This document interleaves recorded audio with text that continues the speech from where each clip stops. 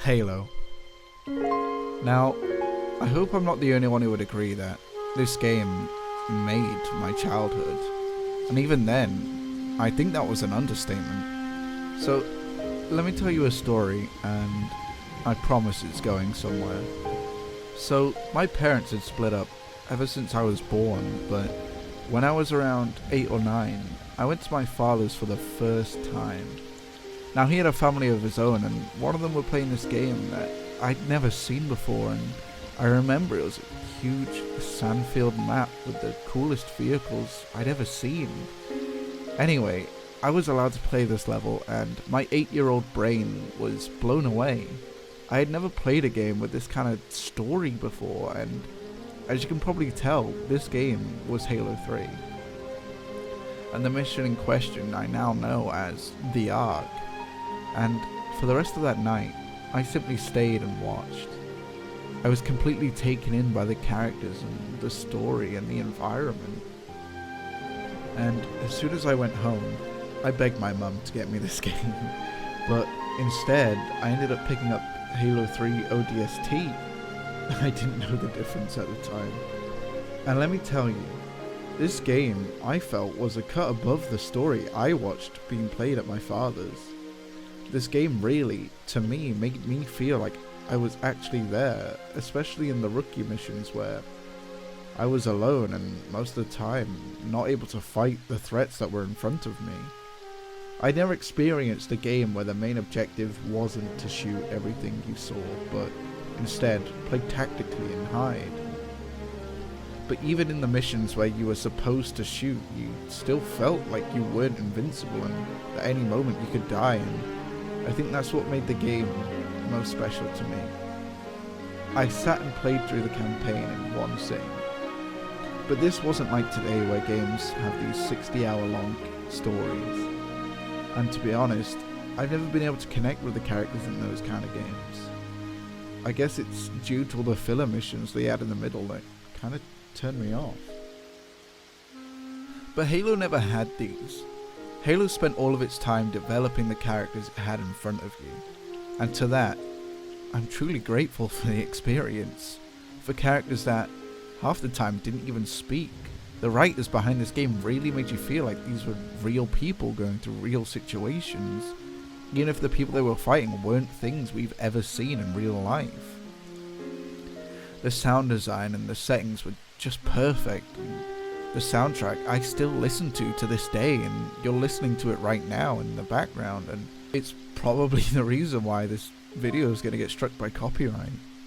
Everything just worked together and made the whole thing come out as probably my favourite game of all time.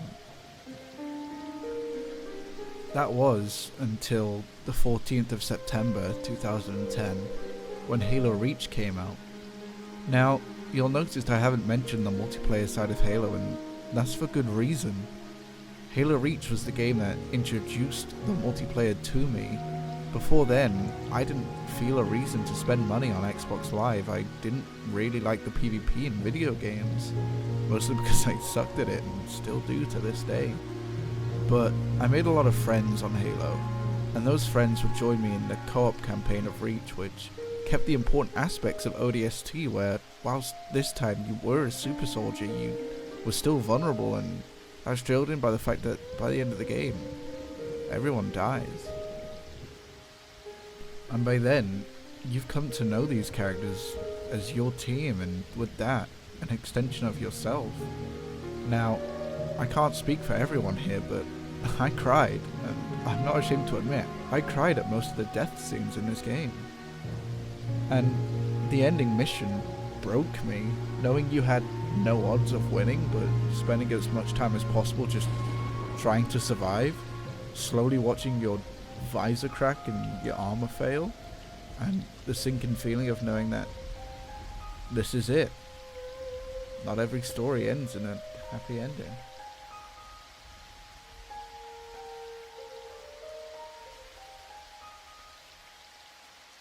Which is why I think I spend a lot of my time writing my own stories about this huge universe that I myself still didn't fully understand, all those stories are gone now. Looking back, I don't think they would have been any good anyway. But I enjoyed making them, and that's all that matters, right? And with the armor customizations that Reach provided, which to this day I still think is the best that's ever been included in a video game, and they didn't need microtransactions to get them. And I could put my character into the campaign and bring him to life, which as a child meant a lot to me, and I don't know if that's something everybody would understand. Now, whilst I said I was bad at PvP, that didn't mean I didn't play the multiplayer of Reach. I thoroughly enjoyed my time, even if I was being beaten every game, and I think that's down to the friends I made along the way. Tom, Nathan, if any of you end up finding this video, I'd like to say thank you. Thank you for all the countless fun moments we shared, and it'd be really cool to speak with you guys again after all these years. We did, however, spend most of our time in Forge, where we created these cool bases that we would show off to each other, as well as try to make traps to kill each other, but hey, it was part of the experience. The custom games of Reach were absolutely amazing. To think you can make your own game modes and build the maps yourself, it was something I've never really been able to do before, and we spent days, if not weeks, trying to make cool parkour or infected or racing maps for all of us to play together. But when we found out we could download maps from the community, things really started to heat up. With the introduction of game modes like Speed Halo, the chaotic, fast-paced style of gameplay where you're either stuck on a podium where the only thing you can do is jump or crouch to avoid getting caught by the onslaught of warthogs raining down to try and knock you off, or being the driver of the warthog trying to knock the people off. This, along with the game modes like Cops and Robbers, Jump Rope, Fat Kid, and even Jenga. Yeah, Jenga in Halo. I had so much fun in these games that I just can't seem to achieve now.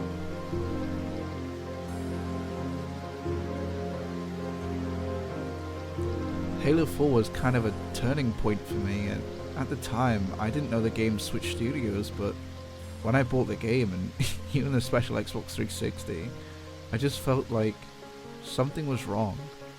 The characters didn't feel like the characters I grew up to admire, so I pretty much just finished the campaign and that was it. I didn't play much multiplayer, and the Forge didn't feel the same. I ended up just either playing the previous Halos or going on to other new games, like a small game called Minecraft. I don't know if you ever heard of it, but the game did everything right for me, and maybe I'll make a video about it someday. I turned on my old Xbox the other day and I saw that most people on my friends list haven't even signed on in 6 years, and it really hit me how long it'd been since I had so much fun playing Halo. But for now, with the news of the Halo Master Chief Collection coming to PC, as well as Halo Reach, I'm hopeful. I'm hopeful I'll be able to relive the experience I had when I was a kid, and maybe I'll even get to meet my old friends, or maybe make some new ones who share the same passion as I did for creativity and making some awesome maps together. But that's it for now, I guess.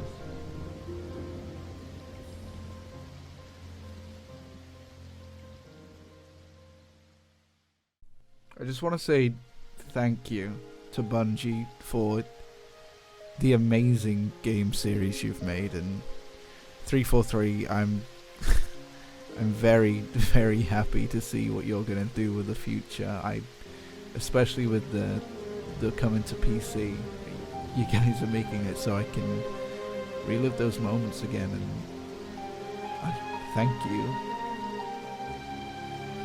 Thank you for watching, guys. I'll see you later.